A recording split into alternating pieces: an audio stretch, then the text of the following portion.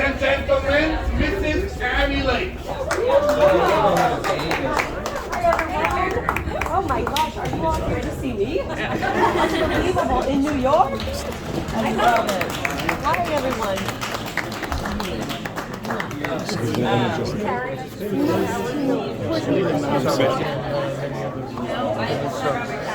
I am just blown away that this many people showed up to see me in New York. I'm going to tell you something. Don't worry about being blown away. Wait till 1,000 of us come around. Well, then you could be blown away. I'm actually quite impressed because... How are you? How are you?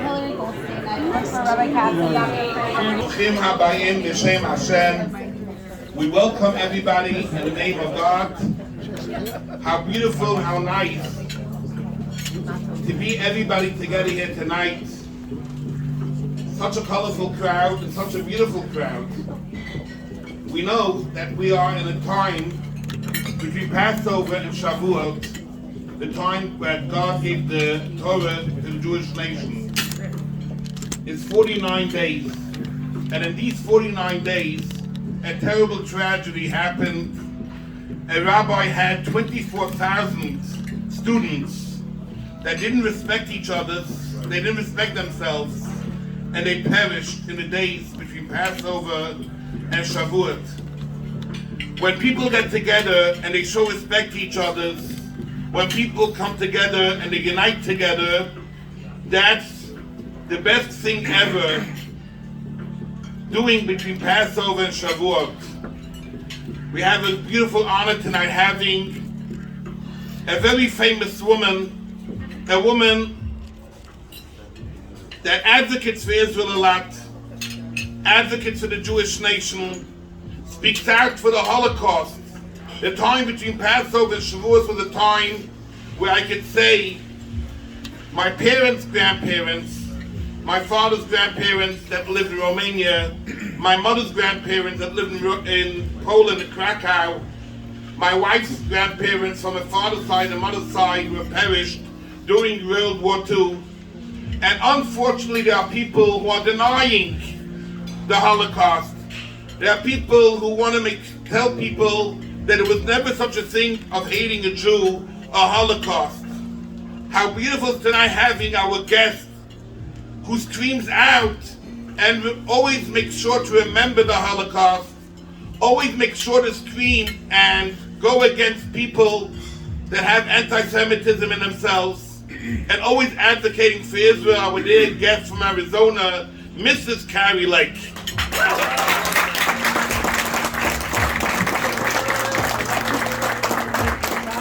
Israel Heritage Foundation is a bipartisan organization. We never ever tell people who to vote for. No, we're not Republicans, we're not Democrats. And we don't care if men come or women come. We have a woman sitting at a head table tonight. As long as you do what we want you to do, screaming against anti-Semitism, screaming against people that deny the Holocaust, and advocating for Israel, you will be sitting at our head table.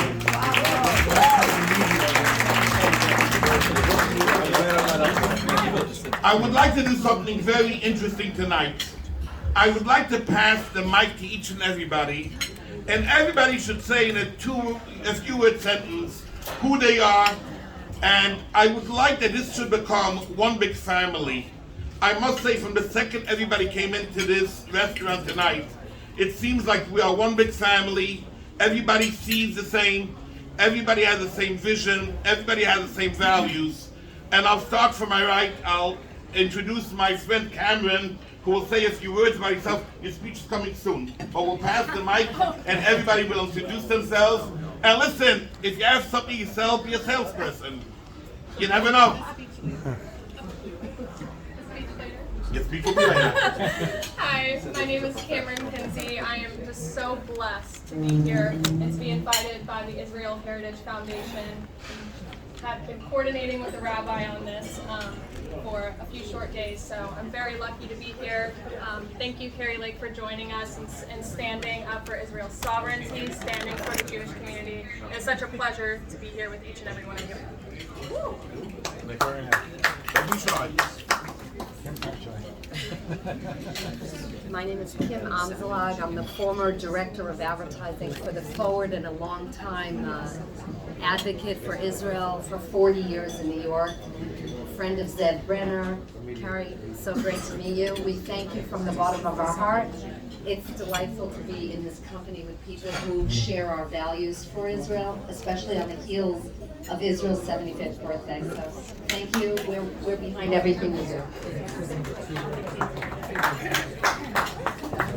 Hi, my name is Polina. I'm here with my husband Gene. We're pretty new here, so as you can hear, I'm sure you hear my accent. We come from Ukraine many years ago, but we're so blessed to be here and be part of this community and participate and see how things are done. It's amazing feeling. We never thought that we'd be able to get here, but here we are. So thank you for letting us be and participate, and thank you for coming.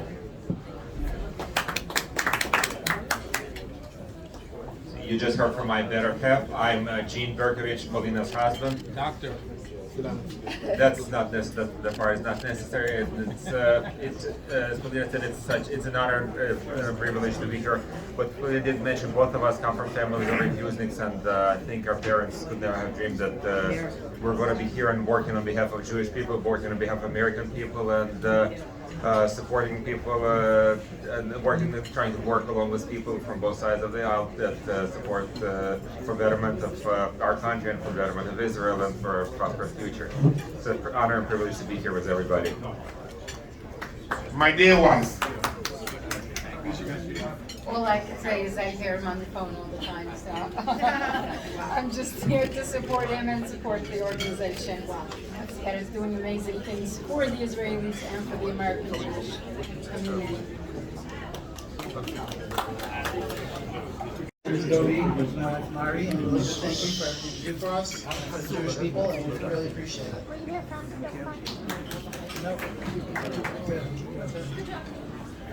Hi, good evening. My name is Jacob Landau. It's a pleasure to welcome you here. Anybody that supports Israel, we're all for it. Thank you.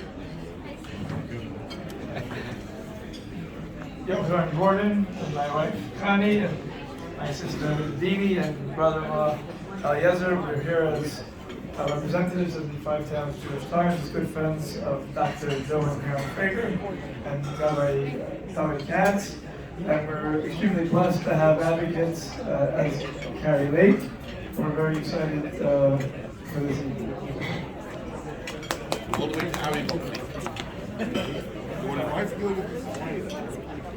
Hi, Hillary Goldstein, assistant to Rabbi Katz. I've been part of the organization for about 6 months, and I've learned so much and met some amazing people, and tonight is a really wonderful night because I'm meeting a personal hero, Kari Lake. I'm just really thankful to be here with all of you.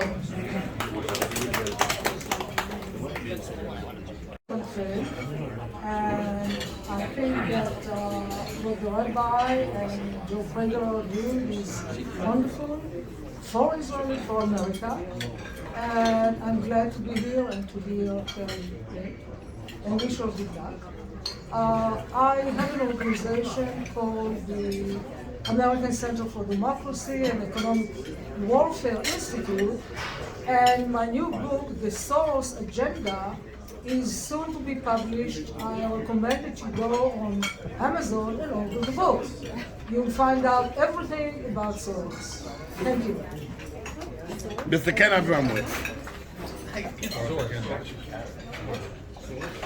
Ken Abramowitz, it's great to see you again. I appreciate, we all appreciate all that you've done for America, for Arizona. We're still waiting for you to become the governor of Arizona. And later I'm going to speak a little bit more broadly, but I'm the founder of SaveTheWest.com. I'm trying to save Western civilization. It's not easy. Mr. Zed Brenner. Hi, good evening. I'm Zev Brenner, producer of Jewish Radio Network, Online Network. And first of all, happy birthday, Israel. It's still in the celebration of 75 years of Israel.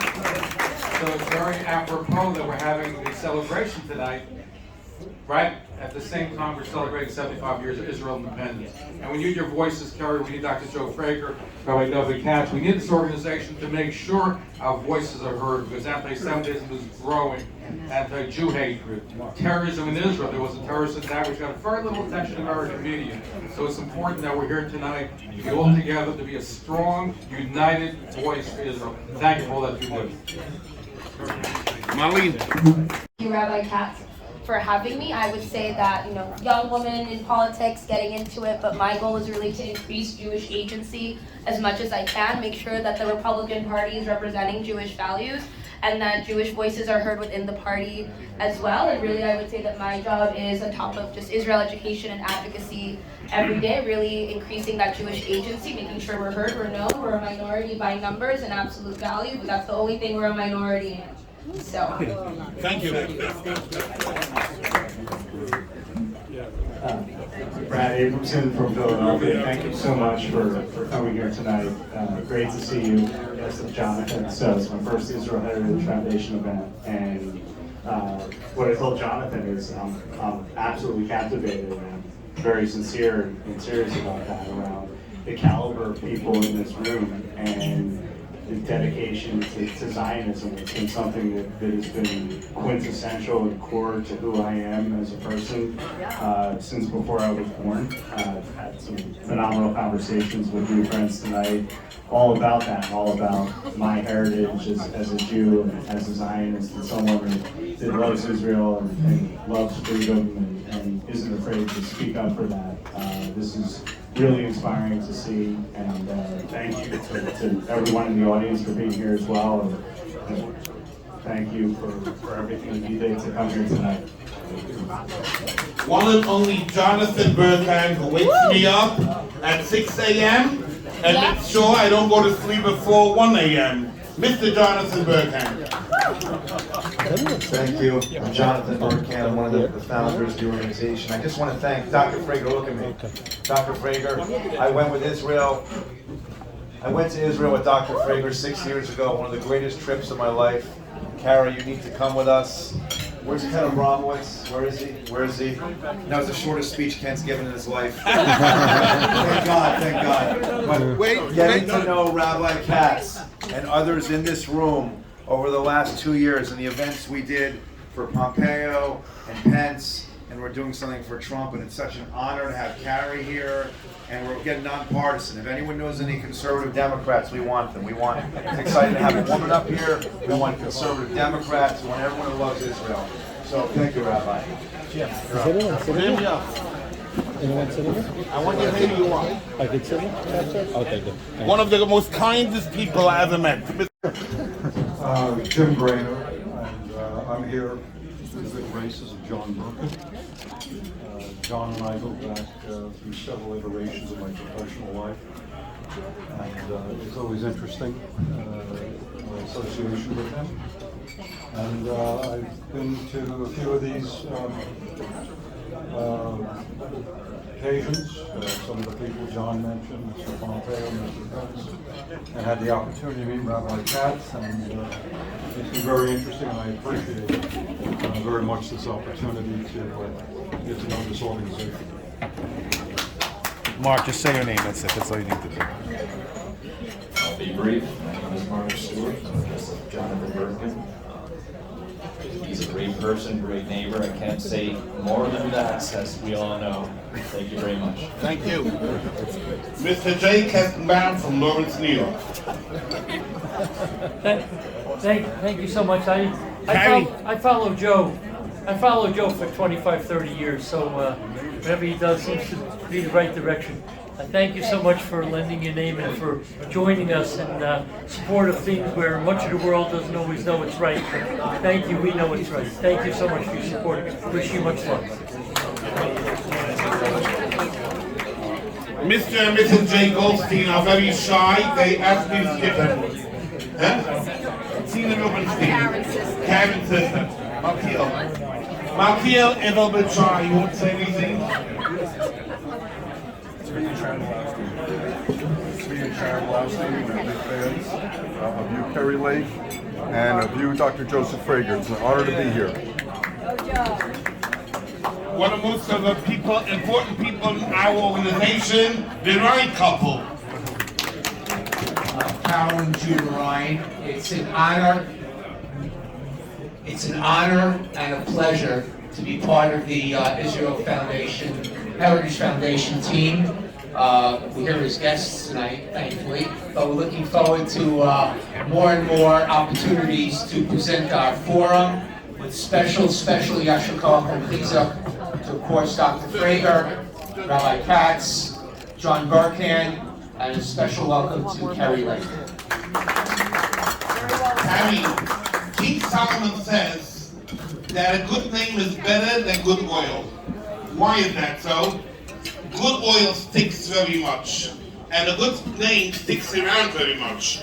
I would like Mr. and Mrs. Stern to introduce themselves, who have a great name in Lawrence, New York, in the entire New York, and the entire world on the amount of chesed, the kindness they do, and what they do for the Israel as American Jews here in America.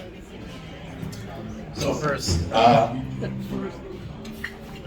Frager, thank you for having us. Thank you for inviting us. I'm Stanley Stern. This is my wife, Trudy Stern. We are co-presidents of NORPAC, which is, as some of you know, the largest, or one of the largest PACs in the country. We celebrate the relationship, the strategic relationship between the United States and Israel. I would mention all the events we've done, list them, but there were 112 of them in the last 3 cycles together, so it's kind of hard to do it. And I'm happy to say we found many deserving Republicans, and yes, we even found some deserving Democrats. So it's a great organization, and I am thrilled to be here, thrilled to meet all of you, and my wife was thrilled at least to meet you. This is like. And we have our chairman, Mr. Farley Weiss, and his daughter. It's a great honor. I think speaking briefly later, but as an Arizona attorney, it's so great to have a fellow Arizonan here. Even though I'm now in Boca, but I still have family there, and it's have people who speak out on these issues that are so important for the Jewish people, and it's so great that you do that, and we're just an organization so thrilled that you're here. And I got my daughters graduating at Stern, and she's here, happy to join and be here to see you. Thank you. Hello everyone, my name is Brian Tillman, guest of John Burkhan's. I love Israel. It's just great to be in an event with so many like-minded people, and Dr. Frager is so inspirational in all that he does. So kudos to him, and just thanks again for having me. Don't be shy. My name is Adam Jones. I'm here as a guest of John. Very grateful to be here and looking forward to hearing you speak this evening. Thank you. Tell me about your career. Jonathan, you didn't mean to come up. Get him a glass, please. Good evening, everybody. Thank you all for having me here. I'm the resident redneck in the can't have a group without a Southern guy. So that's me. I'm Justin Evans. I'm guest of John Burkhan, and I appreciate you all having me here. I will introduce Carolyn for coming here tonight. We are so honored to have a person like Carolyn joining us tonight. Carolyn, please say a few words about yourself. My name is Caroline Wren, and I grew up in Austin, Texas, and I went to Auburn University. And I really didn't know anyone of the Jewish faith. I knew nothing about Israel until I was 19 on campus, and someone stopped me and said, "Would you like to go to Israel?" I said, "Where is it? How much does it cost?" And they said, "It's free." I said, "All right, I'm going." And it was APAC. And so I went on this trip with APAC. It was a Campus Allies Christian mission that they did. And the trip completely changed my life. Before that, I was doing economics. I wanted to go on to be a lawyer, and I came home wanting to fight for Israel and for my own country every day. And since then, I've had a very interesting career trajectory in that I worked for John McCain, and then Ambassador John Huntsman, and then I was Lindsey Graham's finance director. And then right after Lindsey dropped out of New Hampshire, he said, "All right, Caroline, you're going to work for Jeb Bush." And I said, "Sir, I've gone full MAGA." And I went with Trump. I was Trump's national finance director for the re-election, and then started to work with this Kari Lake, who is truly, I will tell you, I've worked with a lot of people, and a lot of people have met, I know at least Lindsey, who's the funniest, whatever your politics are, he's hilarious, great guy. This is the most wonderful person I've ever worked with in my entire career. So you guys are in for a treat tonight. She's really something fabulous. Thank you so much. Mr. Adam Weiss. By the way, my wife's maiden name is also Weiss. We may be related. I want to thank Rabbi Katz and Jonathan Berkin who worked as a guest here. And it's so wonderful to meet people from around the country, like Gloria, Kari, Lake.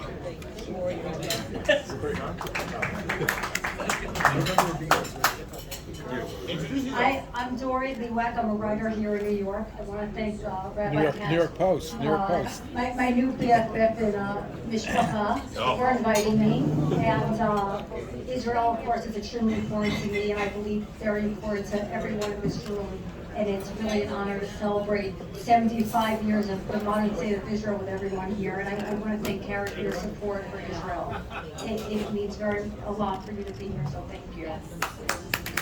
Achron Chaviv. The last one, last is the best. Dr. and Mrs. Frager, my mentor, my rabbi, my everything. Dr. Frager. Everything. That's my wife speaking instead of me because she's a lot funnier. I'm just going to say one thing. I was very worried about this rabbi, this whole round robin thing. But it was very nice to see him. And I just want to wish my son, Malkiel Frager, happy 28th birthday. And everybody who comes to this party may be more beautiful in person than on television. And that's really something. Thank you very much, everybody.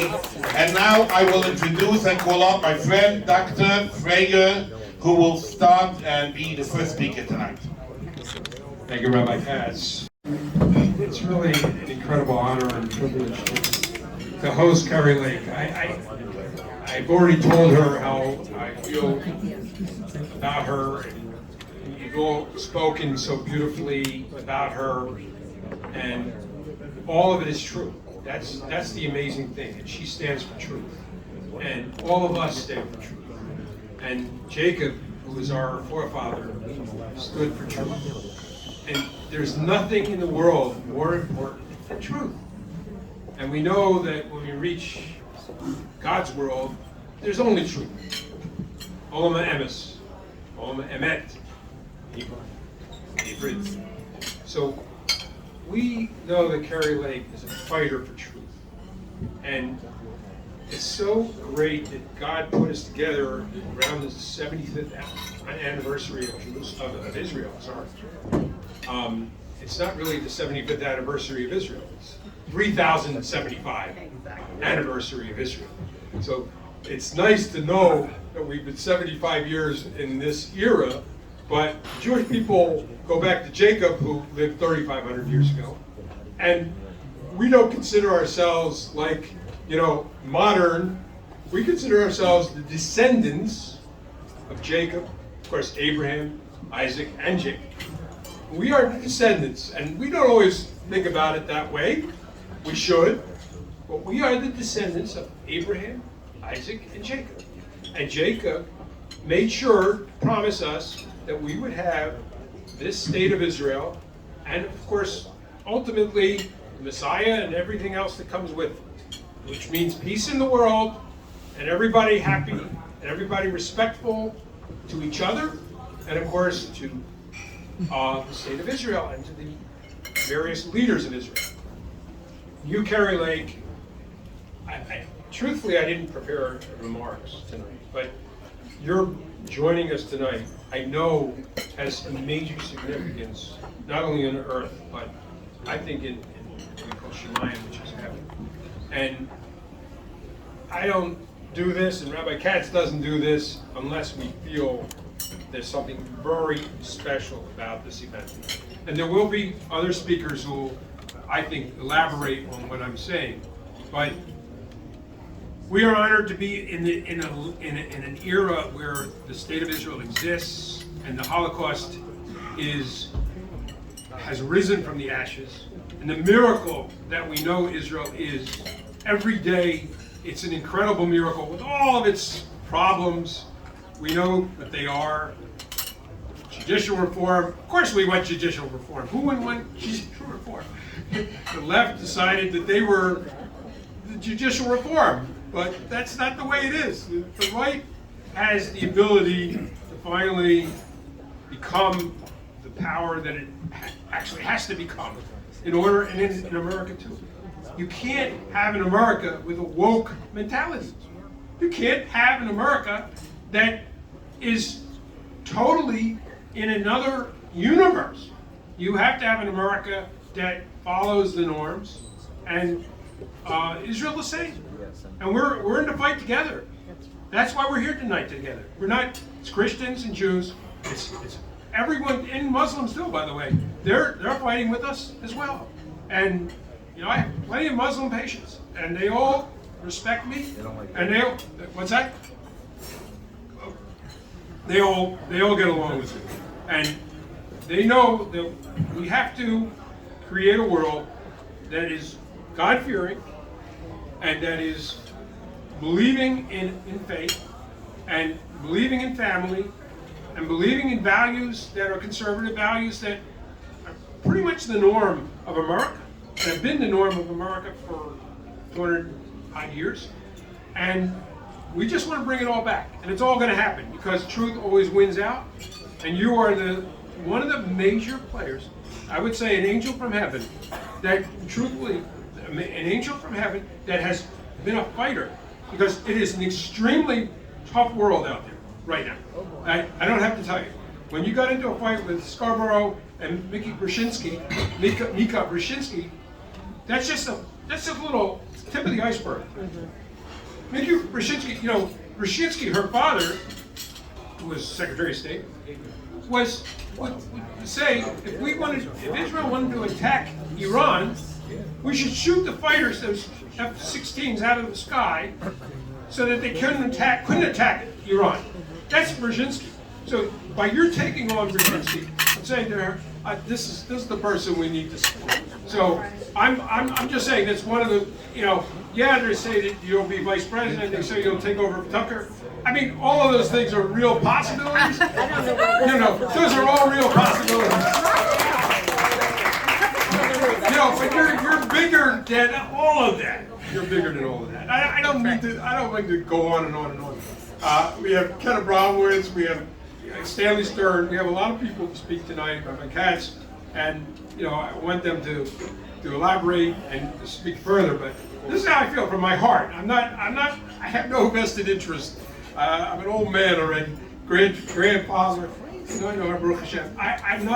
I want to see America great again. I want to see Israel to be great again, greater than it already is. And I want to see the world at peace. And that's all I'm interested in. Thank you.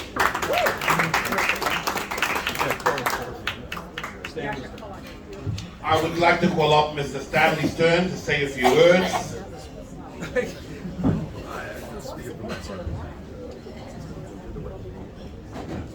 It says, "V'chala oisik b'tzachei tzibah be'emunah." A person that does so much with emunah, with faith. Mr. Stern does so much for the Jewish nation with real faith, and I would like to say a few words. Please enjoy every word that Mr. Stern says. First, thank you, and thank you, Dr. Joe, for inviting me. The work is actually done by my wife, my co-president, Trudy, but she asked me to come up and speak, and I will. I just want to say a few words.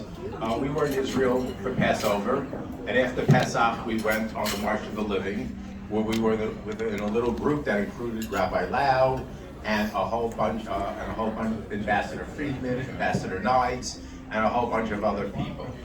And from Auschwitz and Yom HaShoah, we came home, where we just celebrated Yom HaZikaron, in memory of the fallen Israeli soldiers, and then Yom HaAtzmaut, Israeli Independence Day. And I also mentioned at the start that my wife and I are co-presidents of a large PAC, and it's all intertwined. In the 40s, when the Holocaust was being undertaken, we as a group had no political voice. Jews went en masse to Washington, and nobody would meet them. The leaders of the Jewish community, Rabbi Goldberg, Rabbi Abba Silver, went to Washington, D.C. President Roosevelt would not meet them. And the result was the Holocaust, where we lost 6 million Karbanos.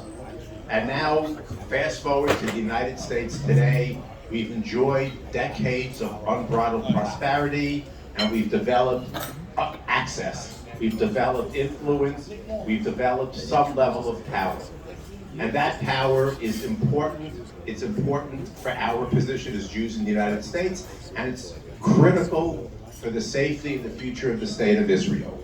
And we know the cost of not having that power was 6 million people. And it's incumbent on us to remember those people and to remember what happened. It's only 75 years ago, 78 years ago actually, and what we all must do together to prevent. And it's people like Dr. Joe, Ms. Lake, and all the people in the United States who we need to work on and maintain that position.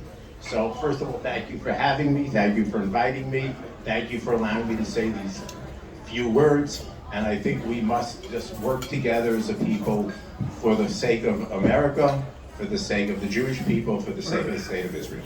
Thank you.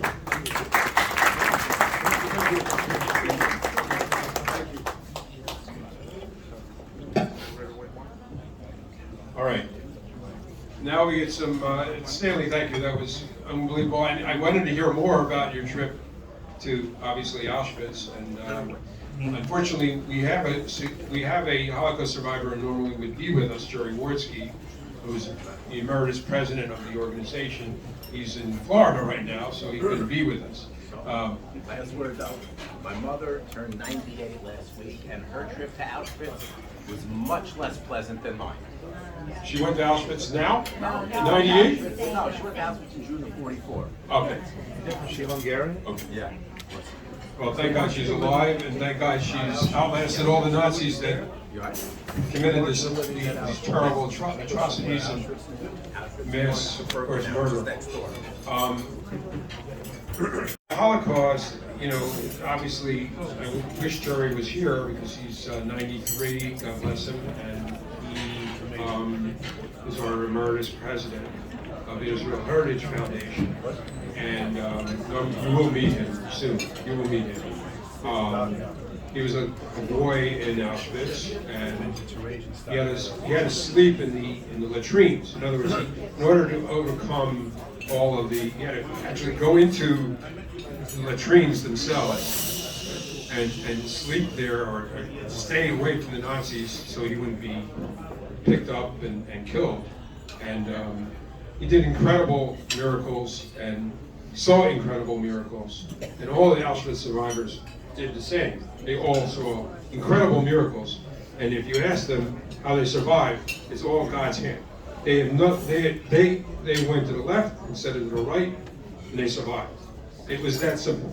It was God's hand that took them through. And each survivor has very important stories, and we unfortunately are forgetting and not remembering enough of the Holocaust and people who survived because they're not unfortunately here anymore. And it's up to you, it's up to me, people who are here tonight, to make sure. Of course, John Burkham is on the Holocaust Museum board, appointed by President Trump, and it's up to us to keep it going. If we don't keep it going, it's just going to be a lost memory. And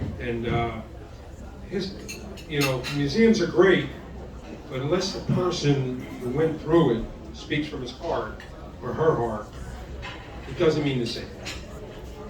So, without further ado, Ken Abramowitz is always going to point us in the right direction. Came all the way up from Florida to be with us tonight, and I must tell you, it's an incredible honor to have you, Ken. To fly up, and Rachel Arenfeld, who writes for the Wall Street Journal, and knows more about where the money trail of all the terrorists in the world. She's a vital resource for knowing how to find the money trail to some of the richest terrorists in the world, including Arafat, who had $8 billion to his name and now belongs to his wife. But you don't hear about that anymore.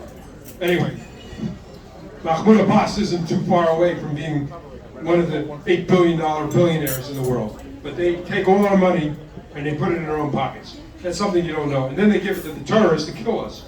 So that's another thing. Pay for slay. These are things that don't get talked about by the media ever. But Money trail is the key to how everything in this world works. Arafat, Mahmoud Abbas, all of them are corrupted. All of them take money from America, put it in their own pockets. Go ahead. Ken.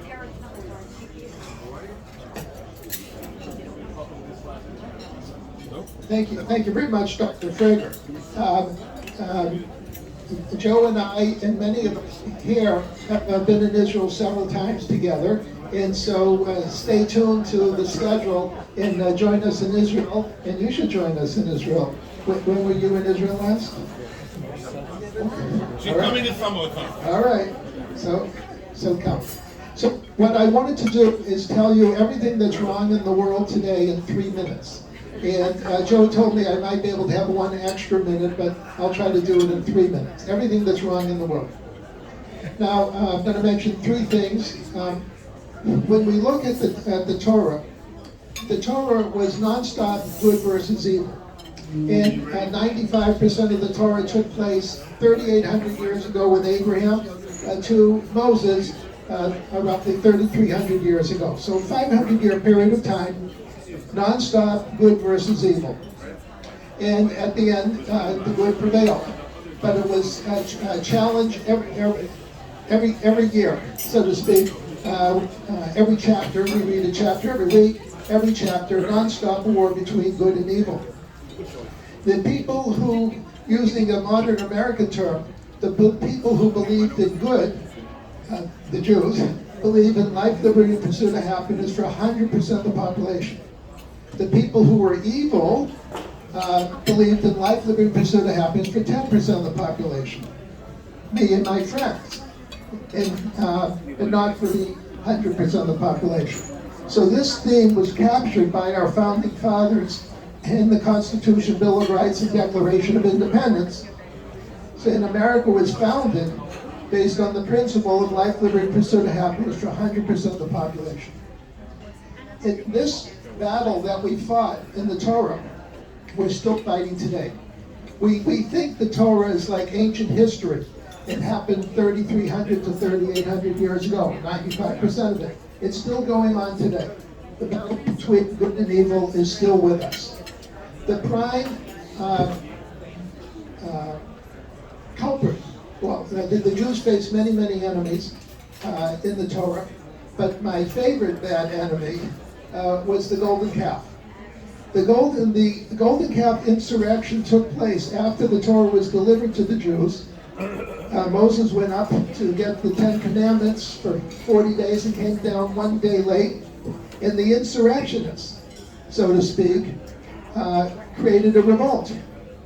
And when Moses came down, he put the revolt down with the aid of the Levites, one of the 12 tribes, who promptly killed 3,000 people. Now, we don't kill people nowadays to put down insurrections, but that's what happened 3,350 years ago. And what did the insurrectionists want? They wanted 3 things. They wanted to get rid of Moses, the leader. In today's term, that would be Trump or Netanyahu.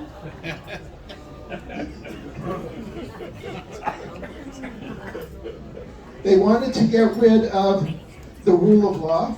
At that time, it was called Torah. It's still called Torah, but in America we call it the Constitution and Bill of Rights. And they wanted to get rid of God, or as we say, Hashem. Why did they want to get rid of those 3 elements of society? Because they wanted to be the God. If you can get rid of the leader, get rid of the rule of law, and get rid of God as if you could, then you can say, so I'll be God, and I'll create the rule of law, and I'll be the leader, and then I can steal all the money. It's an old story, but this golden calf story, which we just read a few weeks ago, captured this. Well, we're still fighting the golden calf. We think the golden calf was ancient history 3,350 years ago. We're still fighting the golden calf. And the golden calf today has changed colors. It's now red, green, and blue.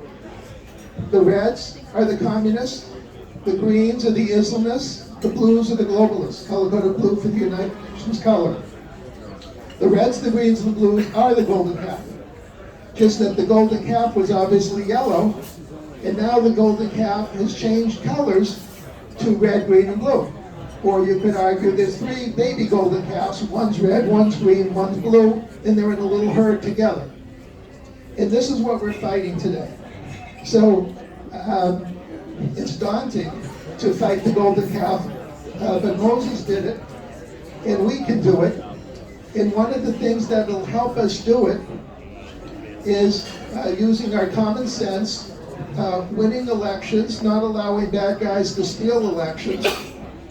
And by the way, when the bad guys steal elections, they use 3 techniques, not one technique. It's not just the election day or the election week. First, they start with slandering the candidate. Has anyone ever tried to slander you? Okay. So they invent stories and they slander the candidate. And then they suppress our ability to protect the candidate through social media or media. They not only do they slander, but then when we respond, oh no, that's not true, or you're evil for whatever reason, we're suppressed. And then the third is actually on the election day or the election week or the election month. It's a 3-step process. And when you put it all together, they stole the last election. We can't allow the golden calf to steal the next election. And we have one thing, I'll conclude in 30 seconds, we have one good thing going for ourselves. Who remembers 40 years ago the movie Network? Anyone remember the movie Network? Well, it was a famous movie at its time. And the lead actor, Peter Finch, opens up the window because he had a conflict with his network, and he yells out at the top of his lungs, don't you remember, I'm as mad as hell and I'm not going to take it anymore. And we have to become as mad as hell because we can't take it anymore. Thank you very much. Thank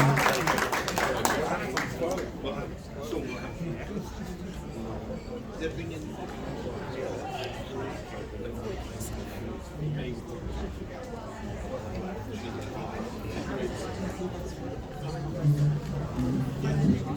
Our chairman, Mr. Farley Weiss, who came all the way from Florida to say a few words for tonight's event.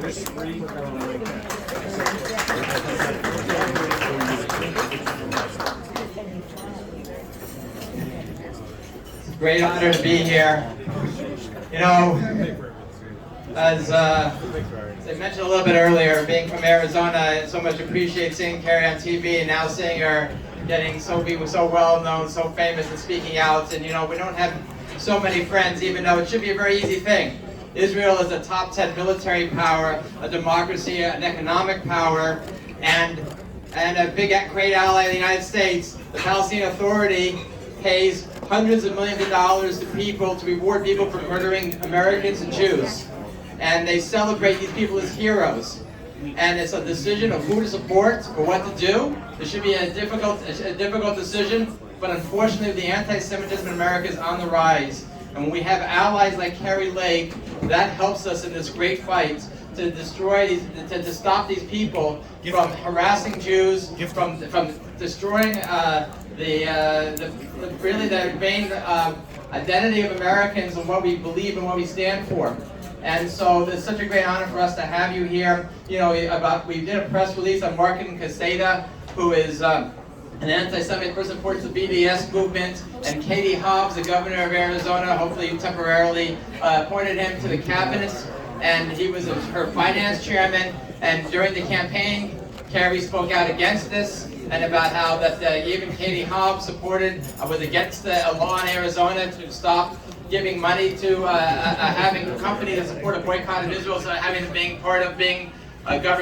government business, and she was one of the few with Martin Caseta to oppose this, and it's something that's so basic principles of American principles, and so we so much appreciate you being here, and Dr. Frager and Rabbi Katz and Jonathan Burke and everyone put this together, and the Ryans, they help out always so much, and so we very much appreciate you coming, and thank you so much.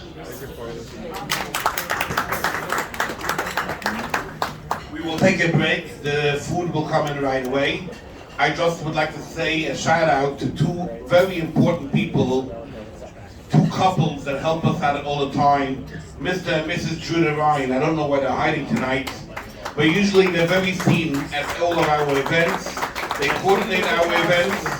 If anybody ever wants to make an event, Judah and Carol Ryan. I would like to say hello and from guests from Stanford, Ari and Hillary Goldstein. I have no words to thank Hillary for the amount of work, what she does, and she keeps us in line, and that's our privilege to have her here tonight. Sit, enjoy. We're having 2 more speakers tonight, but enjoy your steak and enjoy your main course. One thing. They also say We have a Twitter account, we have an Instagram account, and I followed a person that was very involved at a Trump administration, and she has 175,000 followers. I didn't believe I'll be lucky that I'll be one of the 575 people that she will follow back. Since she followed us back, I texted her and I asked her, Cameron, please tell me, what do you do, who are you? And I saw her that she's very fit to be coming tonight and to be the person that will introduce our very special guest from Arizona.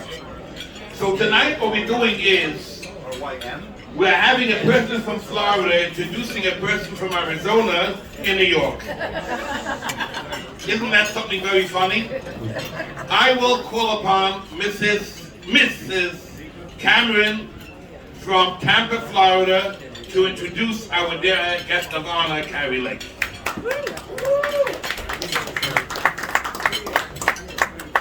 Hello. So first I wanted to say I think I have Justin beat as the designated redneck, being from Kentucky. But seriously, I just want to thank my friends at the Israel Heritage Foundation, especially Rabbi Katz, who I've been coordinating with. Thank you so much for hosting an amazing evening. So for those who don't know who I am, my name is Cameron Kinsey. I served in the Trump administration, and I'm a former White House correspondent. I also want to say I am so proud to have served the most pro-Jewish, pro-Israel president in American history. President Trump brokered historic peace agreements and fulfilled a key campaign promise back in 2018 when he moved the U.S. Embassy in Israel to Jerusalem.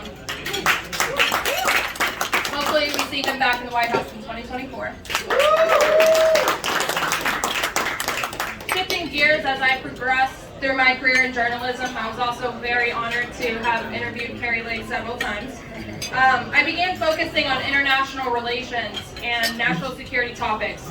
I vigorously reported on the Israel-Palestine conflict, and I was Yair Netanyahu's first United States interview post-ousting of his father, where I was able to deliver insight to the American people about governmental relations with Israel and the Trump administration. I'll leave everyone here tonight with this. Be bold and do not be afraid to voice your beliefs, especially in today's society. It is way too important. There is a lot of chaos right now, okay? And it's because a lot of people have abandoned their values to appease a certain group of people.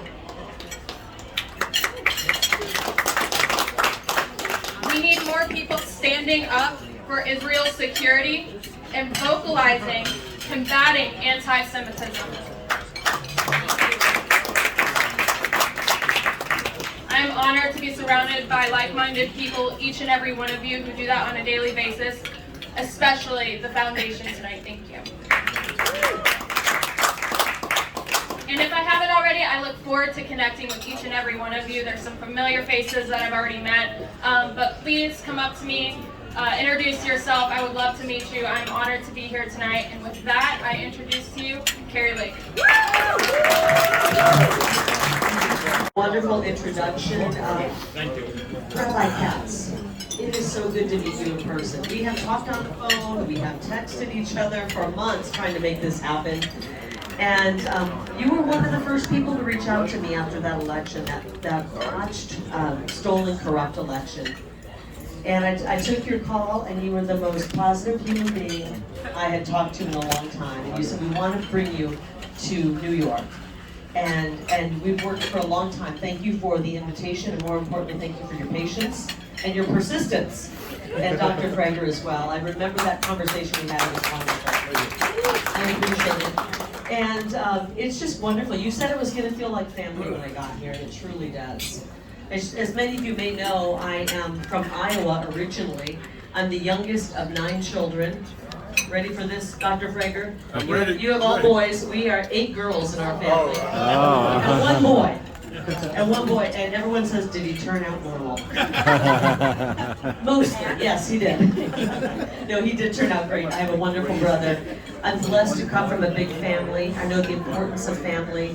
And I went to my first Seder when I was 18 years old. You probably didn't know this.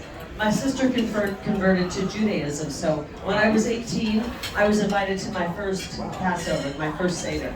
And it was the beginning of an amazing education and relationship with some of the greatest people I still now know and consider friends and family now.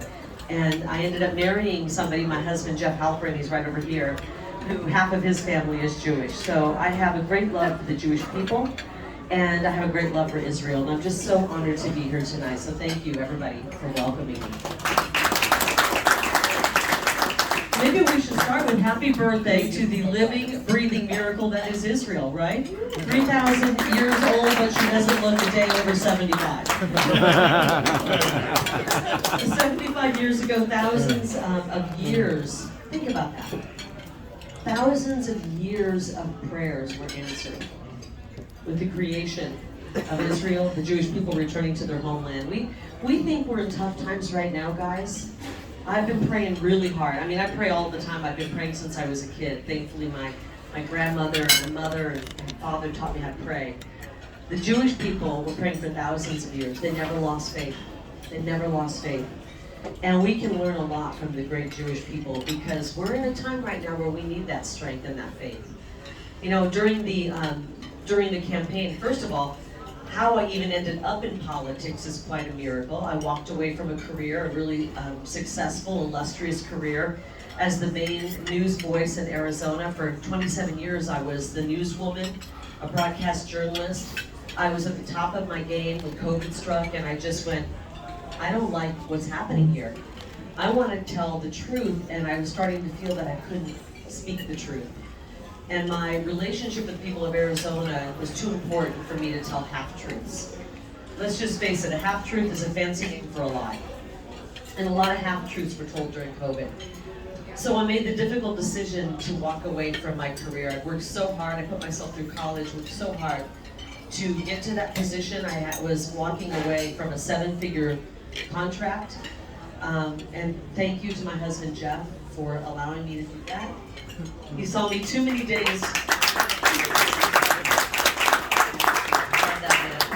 He saw me too many days walking off the news set, frustrated, upset, feeling like I had not sold my soul, but I wasn't able to speak the truth. And I just said, I can't do this anymore. And he said, well, then you can't do this anymore. We'll figure it out. Don't worry about it. And I walked away from my career, and I put out a video to the great people of Arizona explaining why I was leaving TV, why I was leaving, how much I loved being in their homes every day. And an amazing thing happened. Within hours of putting that video out, the people of Arizona reached out in droves by the thousands and said, oh my gosh, we're going to miss you. Thank you for your honesty. Thank you for telling the truth. Thank you for covering Arizona fairly and honestly. And would you please run for office? And I thought, okay, they really must hate me. They must hate me. Here I am walking away from the corrupt world of news, of media, and they want me to jump into the even more corrupt world of politics. The people must hate me. But actually, they respected me and they trusted me. And I did a lot of praying, and I said, God, is this the direction you want me to go? One of the things that before I walked away, as I was getting ready to make that decision, the truth of the matter was I was hung up on the money part. I was worried about walking away from so much money. Would I regret it? Would I think, oh my goodness, you made a big mistake, Kari? Would I look back on it months or years later and wish I hadn't walked away? And at that time, I was spending a lot of time reading the Bible. And I remember during the newscast, I would have my scripts over here. I'd have the Bible here. I was working from home at the time, by the way, because it was COVID. And during the news, I would read the news scripts, and then during the commercial break, I would flip open the Bible and read the Bible. And it dawned on me that this pile over here, the news scripts were lies. And this was the truth. And that's when I went, I can't do this anymore. And I said to God at one moment, I need some confirmation that I'm doing the right thing. Just give me a sign. Somewhere along the way, give me a sign so I know I'm doing the right thing. One day during that commercial break, I opened up the book, the good news to 1 Timothy chapter 6, verse 7. You bring nothing into this world and you take nothing out. And I thought, okay, that's the sign I needed. I can't take that paycheck with me. And there's going to come a day where I meet my maker. And I want that meeting to go well. I want that meeting to go well. And I know it will. I know it will. So with that, I took a very bold step. I didn't realize it was a courageous move that would inspire people, but people started reaching out to me saying, you inspired me. You took that bold move, you took that courageous move, and now I'm going to start speaking out. I'm not afraid to speak out against the people at work that are trying to tell me I have to sit down and shut up, that I can't speak the truth about COVID and these outrageous restrictions they're putting on us, that I can't speak the truth about what my political beliefs are.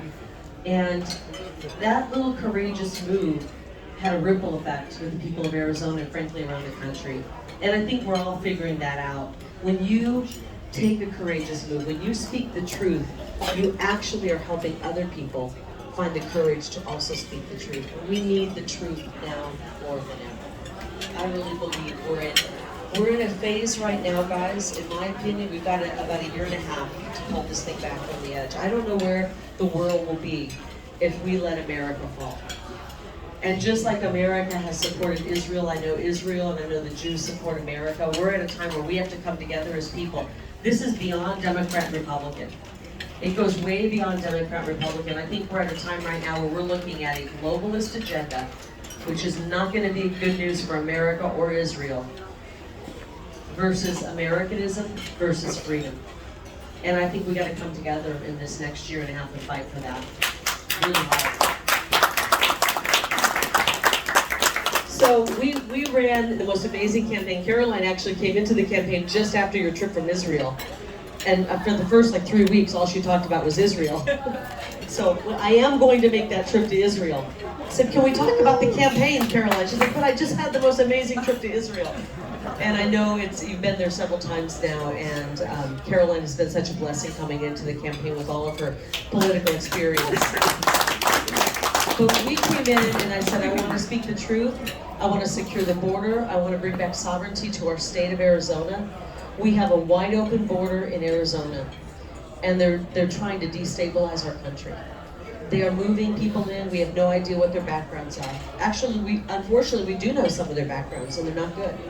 We are allowing criminals in. We're allowing people in who do not have America's best interest at heart. And it's hurting our country right now. As a mother of 2 children, Ruby and Leo, I can't bear to hear about another young person about my children's age dying from the fentanyl crisis. And so it's so critical that we get tough on our southern border, that we bring back our sovereignty of our states. And that was my #1 priority. I know people say all I talk about are elections, and I do talk about elections even more now than ever. But my #1 priority was to secure our border in Arizona, because until we do that, we can't solve the problem of crime on our streets. We can't solve the problem of the drug addiction and fentanyl poisonings. We can't solve the problem with homelessness. We have to secure our border. And they knew that when they saw me, a true outsider, they said, oh no, we can't have that woman. She's gonna do exactly what she says she's gonna do. And that's when they started plotting to take over and steal another election in Arizona. We've had 2 really rotten elections, and frankly, I think we've had more than 2. This is why they never like populist candidates. When you get a populist candidate, it's really hard to steal an election because it makes it really obvious. This is why they hated President Trump. He did so much good for us. He did so much good for Israel. He did so much good for the American people. And they knew they couldn't have him for a second term. And we saw what they did in Arizona in 2020, and in 2022 they did it even worse. On election day, they actually intentionally printed the wrong ballots out so that they would jam the tabulators, and 250,000 ballots were spit out unreadable. They injected 300,000 ballots with no chain of custody. And they did this because they couldn't stand to have a woman in there who was going to speak the truth, secure the border, and bring back honest elections to Arizona. And they did it in front of everybody's eyes. And I will tell you, I've been to 10 states, I've spoken to tens of thousands of people, and every single person I encounter has said, please keep fighting. Don't stop fighting for honest elections. And I won't. Somebody's...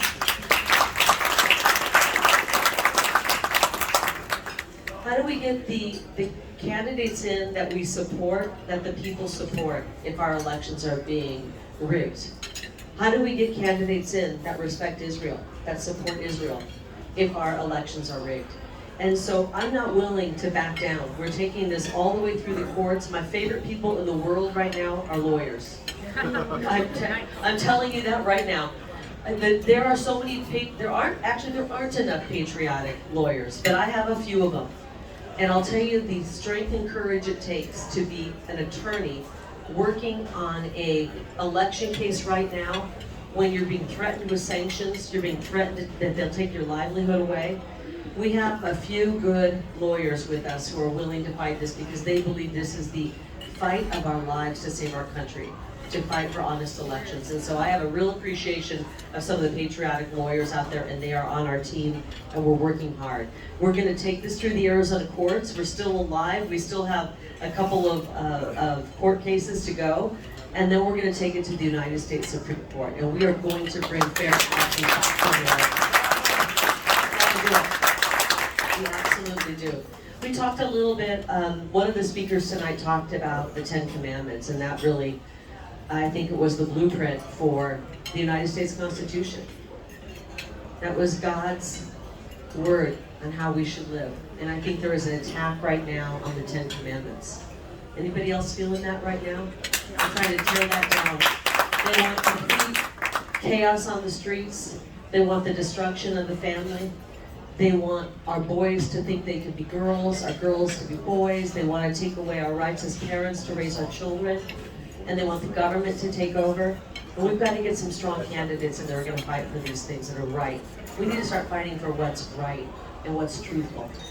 And to heck with what the fake news is going to say. I don't care what the fake news says about me. The slander that I have endured, it's only second to one man who's had it worse, and that's President Trump. And I think being the youngest of 9 children, I'm prepared. I'm telling you, if you've had to fight with 8 older siblings, fake news is nothing. You don't have to worry about the fake news. My siblings would call me names, and so I'm used to all of that. When the fake news writes a nasty article, I know what the truth is, and I think the people know what the truth is. I think the people are waking up to it. They did a study during the campaign, and they said 87% of news articles during the campaign on Republicans were negative. They were negative, nasty articles on the Republicans. And they said, amazingly, we found one candidate during the cycle that had 100% negative articles. And it was me. It was me. So yes, I take that as a badge of honor. It doesn't bother me. I don't care what they say about me. What I care is how my children view me, how my fellow citizens view me, and most importantly, how God views me.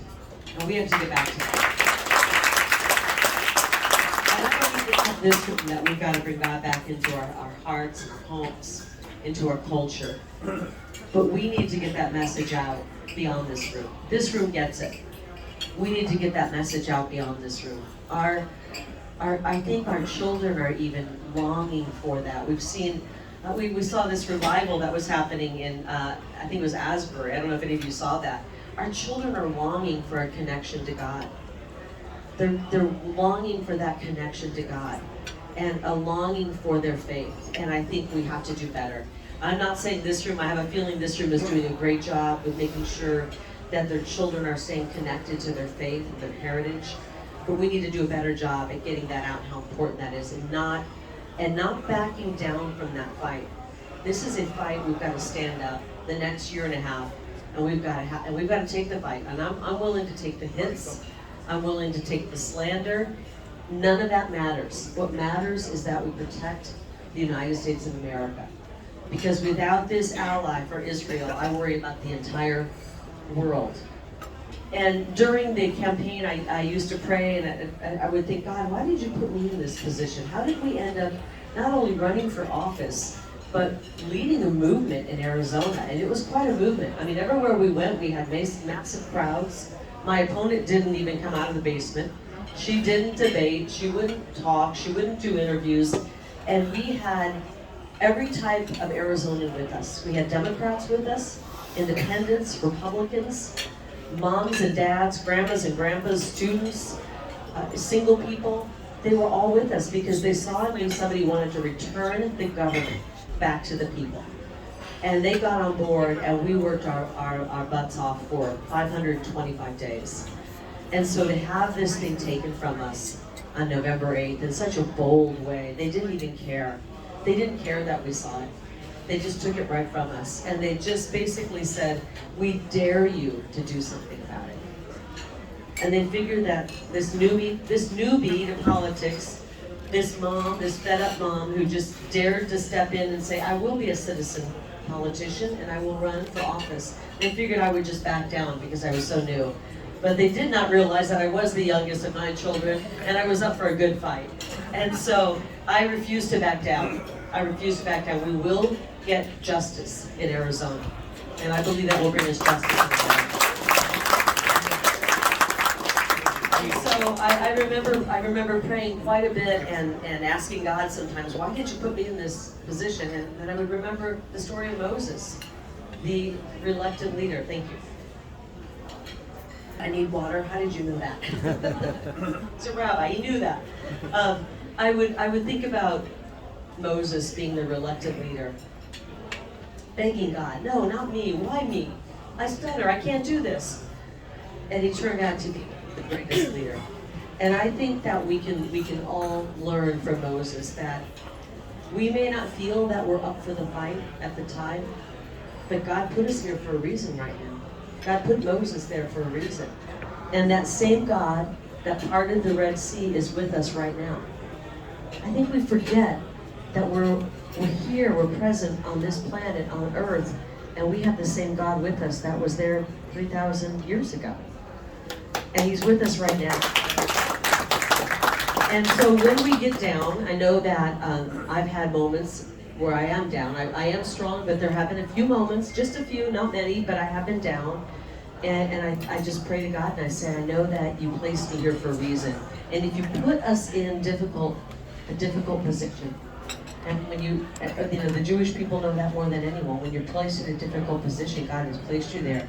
But God has placed us here right now for a reason, because he knows we are the strong people to get us through this. He doesn't make mistakes. He does not make mistakes, and we are placed here at this moment in time, in this critical moment in not just American history, in human history, to lead the people through this and to save this country and to make sure Israel is saved as well along the way. So I'm just honored to be here tonight. I was hoping to open it up to have a couple of questions, but I don't know if we have time for it. Would anybody want to do just a couple of questions tonight? I guess this is a very shy crowd. Right? Nobody should be shy. Please, Jonathan. Hey, come on, take the Give me the mic. Kari, thank you so much for speaking. You said you were one of 9 children. Most Americans can't even afford 2 children. I think if you do run again, you need to talk about the inflation and how it's affecting Americans. I mean, literally, I don't know anyone except for like Hasidic Jews who have 9 children anymore. But it's so difficult with this inflation now. And stories from everyone. So when you go on the trail again, you got to talk about it. Give it a mic. Give it a mic. Thank you for that, and I did, inflation was one of the top issues that I talked about, and we actually had a plan to reduce the grocery tax, reduce the rental tax that they're levying on the people of Arizona. And we put forth a great plan to help put $500 million back into the pockets of Arizonans. And Katie Hobbs, the squatter, as I call her, sitting in the governor's office, actually vetoed that legislation. So the left, unfortunately, doesn't care. But you're right, it's hard to have a big family. Can you imagine? I mean, some of you, I've met 3 people in here who have 6 children. How many have more than 6 children in this room? Just a couple. I mean, it's hard. It's nearly impossible. And we have to get back to a place where we can do an honest day's work and be able to raise a family with that. This is why our young people say, I can't afford to have babies. And we need to actually really encourage families and encourage people to get married and have children. And I think we should give tax breaks to people who have babies. I really do. We need a baby tax break, frankly. Rachel wants to ask a question. Rachel. Are you loud, Rachel, or do you want the mic? Did Fox News been in touch with you, asking for whatever information you have about stolen elections, about how the machines have been misfunctioning? Did they?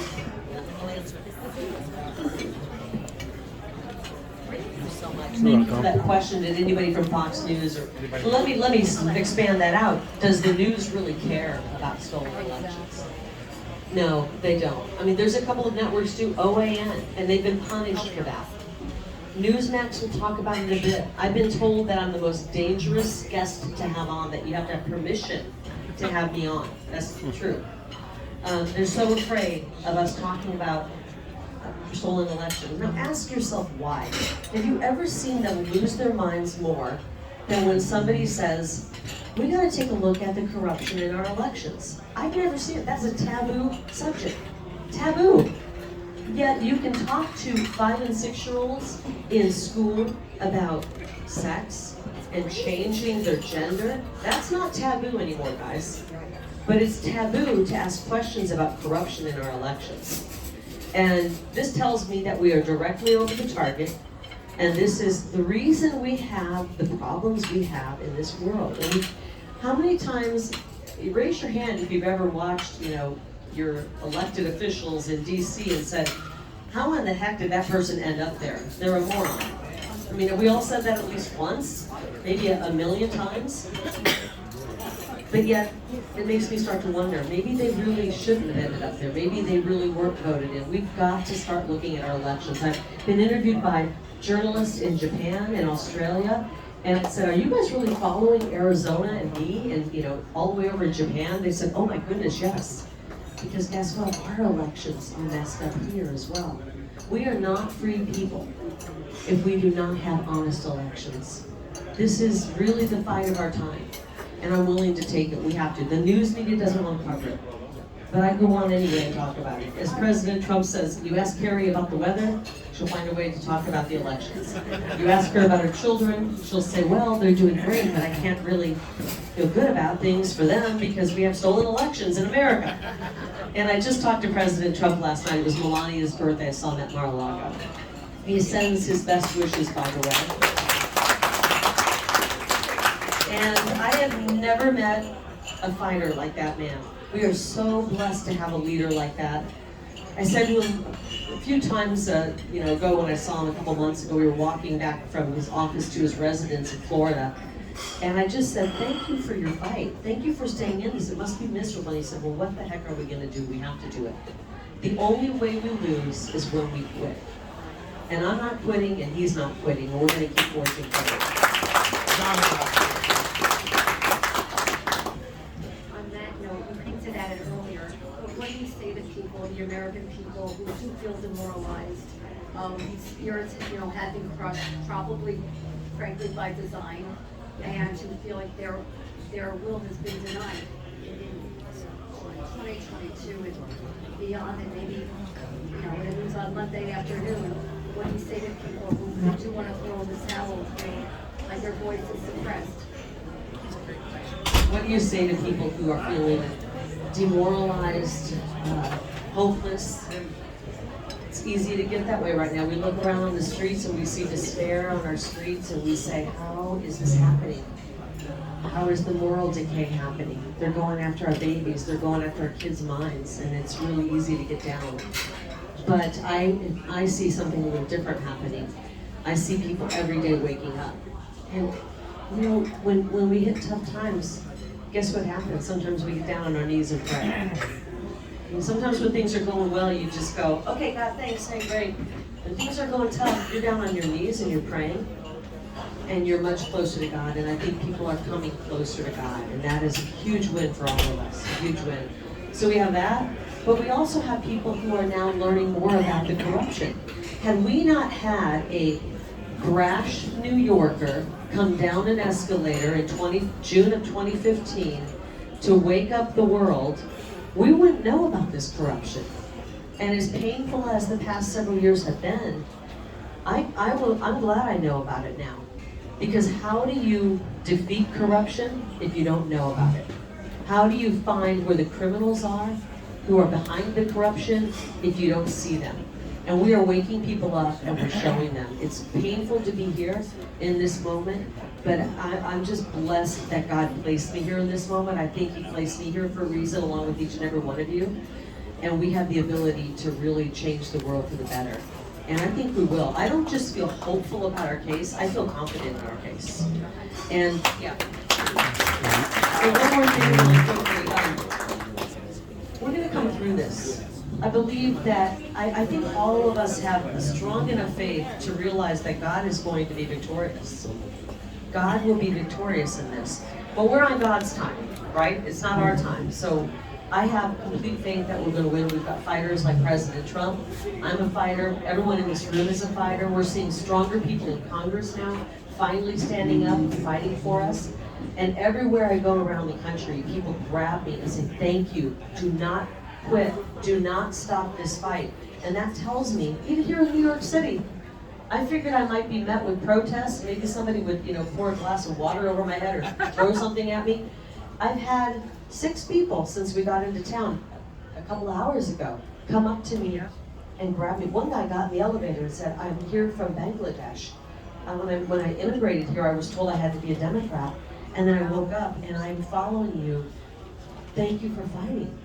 So the fact that people are awake and they're with us, we just have to remember to use our voice. If we don't start speaking out, if we don't start getting loud and talking about what's really happening, which are stolen elections and a whole lot of corruption, then I don't know that we can win. But if we do stand up and start using our voice and we realize the power behind us, I see victory and I see it closer than you think.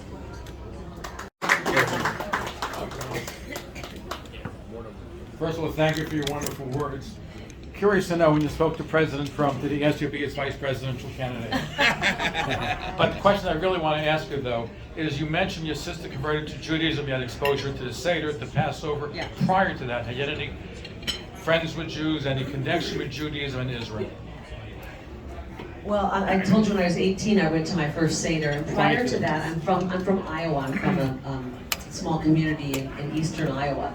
And so not really. I think we had one of my friends, Barbie, and I remember in 3rd grade was Jewish, but I came from an area that was primarily Christian. So I didn't have that many friends or relatives, but once my sister converted, of course, it opened my eyes to the whole world. I grew up in a rural part of Iowa. My dad, when I was 10, moved us to the country 10 miles outside of the town of 272 people. So that was the boondocks. So did you say, somebody say that they were like redneck? I'm not exactly a redneck, but I grew up in the boondocks. We had to cut wood to heat our home. But I will say this about my family and the community I grew up in. They're not a judgmental community, and I think Iowans are actually very open and wonderful people, and that's what I learned growing up in a small community, in a large family. was openness, curiosity, and interest in other people. And that's what drew me to be a journalist. I wanted to learn more about other people, other cultures. I wanted to tell people stories, and that's why I love so much my career, and it pained me to walk away after 30 years in it. But when it ceased to become journalism, and it turned into full-on propaganda, I just couldn't lend my heart, my soul, and my voice to that. Did President Trump ask you to? Oh, I forgot the question. He asked. The VP. No, he has not. Believe it or not, we haven't really talked about that. I mean, this is a long ways away. This is a long ways away. We've got to get President Trump through things. You know, we've got to get him another year away. We've only once mentioned Vice President, and it was, he was commenting on a response I had to being asked that question, and he really enjoyed the response I gave. And it was early on in my campaign when somebody said, well, you're just gonna leave and become vice president, why should we elect you governor? One of the fake news propagandists asked that. And I stopped him and I said, that's really interesting that you would ask that, because just a few months ago, you were acting like I wasn't even qualified to run for office, and now I'm so amazing that you think I'm gonna be vice president. To which I answered, no, I'm not going to be vice president. I'm going to be your governor for 8 years, and I'm going to be your worst nightmare for 8 years. Fake news.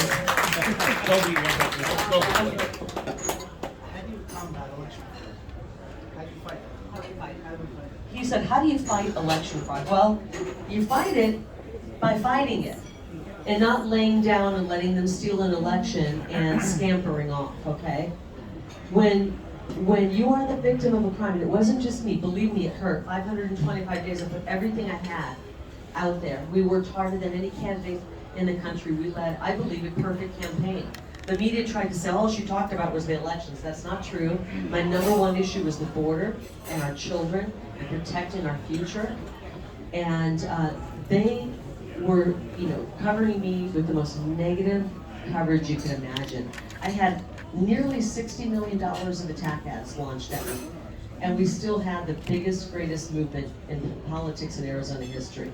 And so you fight election fraud by actually standing up and fighting it in the courts, and we're going to take it as far as we can, all the way, as I said, to the U.S. Supreme Court, and putting pressure on our lawmakers. We need to start calling our lawmakers, even if they're Democrats, call them all. If you've got an hour spare time, just take the phone list and call them. I care about election day. I think we should get back to, personally, election day, not election month. We have election month in Arizona, by the way. And then they count votes for 14 days. They count votes as long as they need to come up with the outcome they want. Now, the two men who ran the Maricopa County elections happened to be Republicans. They were the Rhino Republicans. They actually ran a super PAC to stop election deniers. And we found out that all the money they raised was spent on one particular candidate, yours truly. And these were the guys in charge of our election. So we need to get these kind of people out of office. If you're gonna run an election, you need to be non-biased. You can't take and run a super PAC against somebody on the ballot. That's unethical. That's wrong. And so we're gonna fight it every way we can. We're gonna get out and we're gonna do what we have to make sure we can win in 24, so we can get people in office who will reform our elections. And I think we need to get smarter when it comes to making sure we're getting mail-in ballots, and making sure that if a mail-in ballot goes to you, we make sure that you get that mail-in ballot back. We want to do everything we can outreach to get people's ballots back in so that they're counted. And then once we can get some true patriots in office, then we can reform our elections. It's not going to be easy. I wish I had a really quick fix for it, but I do know that you never will reform and repair and bring honest elections if you walk away from a stolen election. And these people who say walk away are wrong. You don't walk away from an injustice. One quick have you had any Democratic politicians on the local, state, or federal in this country tell you privately, listen, don't say this publicly, but I do support you, and they're just afraid to speak out themselves? He asked about any Democrat politicians. Well, I have a lot of Democrats who voted for us. We had a ton of Democrats voting for us. I was in their home for 30 years. Right, but the politicians, I'm saying, anyone say privately? Right now, I feel like we don't truly have a lot of Democrat politicians. I think they've gone so far over to the left that I think that even if JFK were alive today, he would be an America First patriot. I really do. I don't know that he'd be part of that. But we had a lot of Democrats support us, absolutely. We had independents, we had Republicans, and we have the people with us. And I want everyone to know, I'm not fighting for election reform for Republicans. I'm fighting for it for all Americans. If this election would have been stolen against Katie Hobbs the way it was against me, I would be the first person standing up and say, this is horrible, we're not going to accept the results, we're going to redo it. And that's what we're looking for in this election. Thank you so much. If somebody would ask me, where did Kari take us tonight? And I would say, everybody would say together with me, she brought us back to the 80s, to the American times. This is exactly what she did tonight, and there's a lot of tikva, a lot of hope for us Americans. I would like to wish Kari and the family, she should be gesund and stark, healthy and wealthy, and she should achieve and do what her duties are to do for a long, healthy, and nice life. Thank you so much. You know, all I really want is to have a future for my children. I had such a great life growing up, and I said this on the campaign trail, I don't want to be a career politician, I really don't. I wanted to get in, do the work, clean things up, return the government back to the people, and then get on with my life and hopefully have grandbabies at some point. But we do need the mama bears to wake up and get involved. It's going to take the moms and dads and the grandmas and grandpas out there to say, no, we're not taking this anymore. We are going to protect our children's future. That's our legacy, and that's what we're going to protect. And so I'm honored to be in the fight. Every day that I might feel like I'm down and out, I just remember that I am so blessed to be here alive at this moment in history, at this time, and that God has placed his hand on my shoulders and said, go forth and fight. So thank you so much, God. I appreciate it. Thank you. He knew politics, and he knew how to many languages. Fire Department of New York. And then you work with all the hospitals? Yes. So yeah, you know. Yeah, and I see them actually in my line of work. I'm a physician, so actually I see the hospital bring people all the time, Jews, non-Jews alike. Yep. There was a famous the first story actually here. It was a thing in a city council meeting, and one of the council members or somebody Your staff aide passed out, and actually they're trying to call 911. Nothing. Somebody suggested, why don't we call Hatzalah within 2 minutes. Our response time is the fastest in the world. You know what? Yeah. Thank you guys. Beautiful. I'm so sorry, guys. Thank you. I gotta take you guys. Thank you. We've gone way too Sir, can I just ask her to get to No, the I hope I don't need No, correct. But I was gonna say when you become either president or maybe vice president, remember us. Yes. That's it. That's We're what we're around. You asking for. know what? That's so beautiful. That's the way we should be. That's the way we should be. Thank you. Thank you for everything. Pleasure. Thank you guys. Oh my Okay. gosh. He's running. Good luck. Good luck. Yes. Stay here.